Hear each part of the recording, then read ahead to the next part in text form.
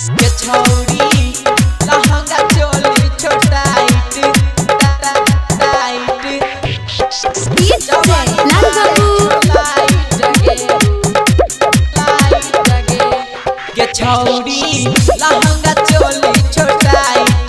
जवानी मारे छोलाइट के छौरी लहंगा चोली छोटाइट जवानी मारे छोलाइट जवानी मारे छोलाइट जवानी मारे छोलाइट आबेन हमरा कोड़ा के छौरिया चेक करबो हेडलाइट के छौरी लहंगा चोली छोटाइट जवानी मारे छोलाइट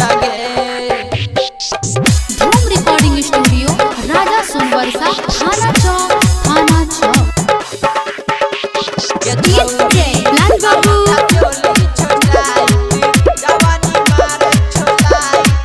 हरदम पिन्है छी सेक्सी ड्रेस गे सबके कर दै छी मूड फरस गे के छौरी कर दै छी मूड फरस गे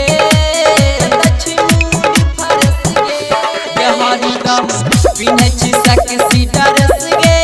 सबके कर दै छी मूड फरस गे के छौरी कर दै छी मूड फरस गे त वठवा करी के चले छी लाल गे छौरा ले तो जाई लगे के छौरी लहंगा चोली छोटाइट जवानी मारे छोलाइट गे जवानी मारे छोलाइट गे लाइट गे के छौरी